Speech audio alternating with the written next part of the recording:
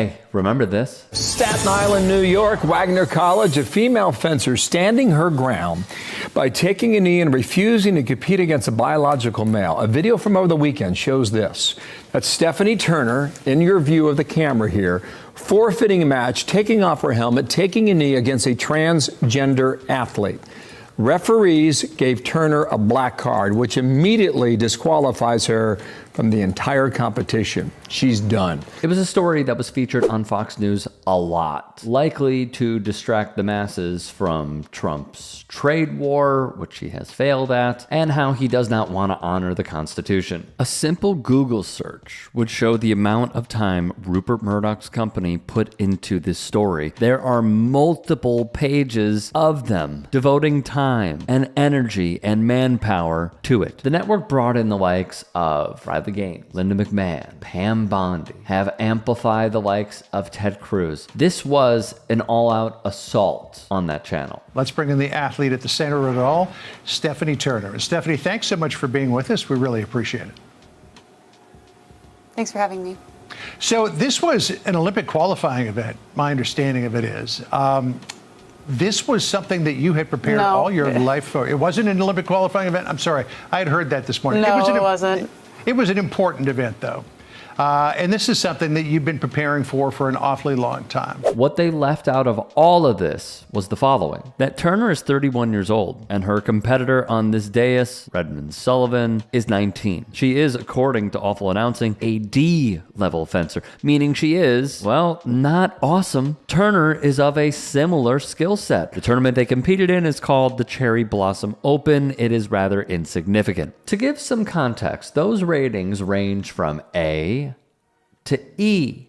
So, not great. Another big, and I mean big, revelation was this. Turner, who took a knee in protest to forfeit her match against fellow D-rated fencer Redmond Sullivan, actually competed in a mixed gender competition just 1 week before she was set to face Redmond Sullivan. On the flip side, Sullivan has faced men her whole life, including while undergoing hormone treatment. For Turner, the results prove it. Torre's guest, fencing whistleblower, referee, and coach Andrew Fischel, stated that Turner not only competed against several men, but she actually beat them. He'd explained strength in fencing is not as important as timing, tactics, and precision, to name a few. I fenced almost an entire season in the NCAA on the women's team, where nothing like this has happened. There's been no backlash to me fencing, and it has been a historically mediocre season, and there have been no issues with it until there was the NCAA ban. So to just clarify, Red Sullivan no longer fencing for Wagner, her college team, famously, thanks to the federal government. By the way, at the Cherry Blossom tournament, Redmond Sullivan would place 24th out of 39 spots. Again, no disrespect, not a good fencer, okay? We're not talking about the elite athletes at play here. Fischel would call the tournament deeply unserious, his words. He'd try to reach out to Turner as well, to no avail. If you were on the Fox News guest booking team, you would have direct access. Fischel stated on the show that Turner needed to have a C rating or better to qualify for some national championships and tournaments. He concludes that she is a casual fencer who is doing all of this for funsies. I find that the cause is pretty simple, as you say. I mean, I'm a woman competing in women's sports, and men have a male advantage over me in female sports.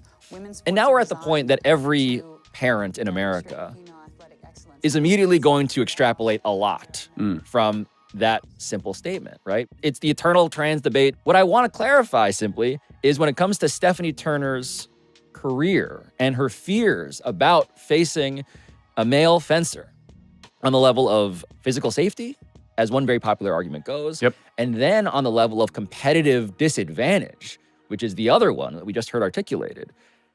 How do you assess that part of her story? They both seem very silly to me. As a high-level fencing coach, I can safely say that I have never, ever told one of my female fencers not to fence a male fencer because it was dangerous.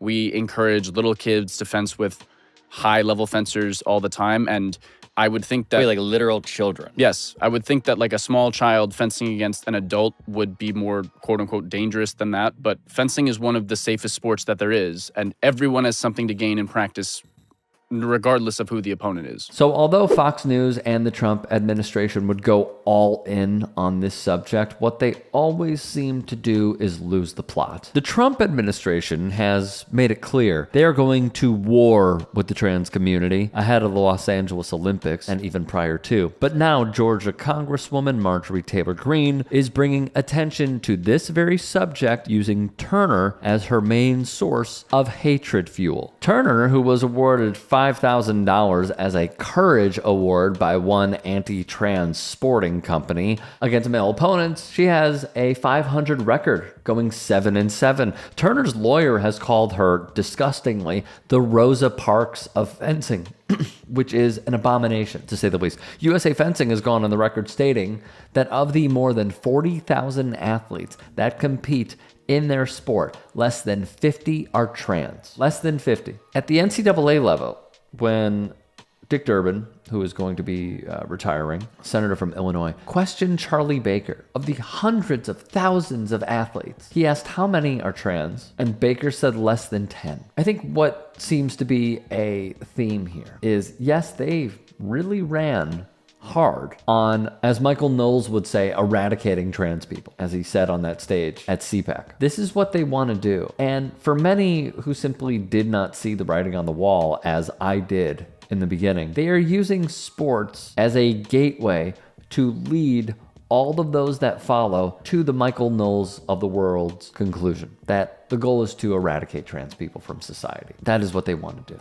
RFK Jr., in my eyes, is doing that with people who are autistic. And in my view, they are going to put forth eugenics. What troubles me is how many people continue to see this stuff, and maybe they pull an Ethan Klein where all they do is read a headline and that's it. And they don't really try to find the details. They don't want to know the details at times. It is just, oh my God, another trans athlete is taking advantage of these women. We need to protect women. When those same people voted for a man who essayed, according to the lawsuits and reporting, over 25 women, including his ex-wife, who later rescinded the claim that he essayed her. So it's not necessarily about protecting women, because if y'all wanted to protect women, you wouldn't go after abortion, which is healthcare for women. You would not be parading a man like Donald Trump. You would not be parading another lawmaker, I believe in the state of Tennessee, who married one woman when it seems she was a minor. If you wanted to protect women, as Charlie Baker said in that hearing, he alluded to this at least, you all would be calling out the mistreatment that many female athletes have to take on social media and the DMs that they get on social media. If you wanted to protect women because Caitlin Clark put up a post, or I'm sorry,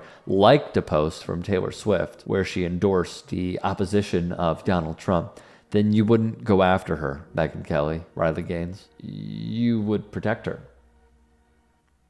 But that's too much to ask. Hey, I appreciate you watching. Now, if you can, please do become a channel member by going to youtube.com/TYTsports and clicking the join button. If that's too much for you, you can just go to tyt.com/join to become a member. It helps all of us out here at the Young Turks and keeps our network afloat. In addition, you could follow me on my socials on Twitter, Instagram, and TikTok. Appreciate the love. Have a great day.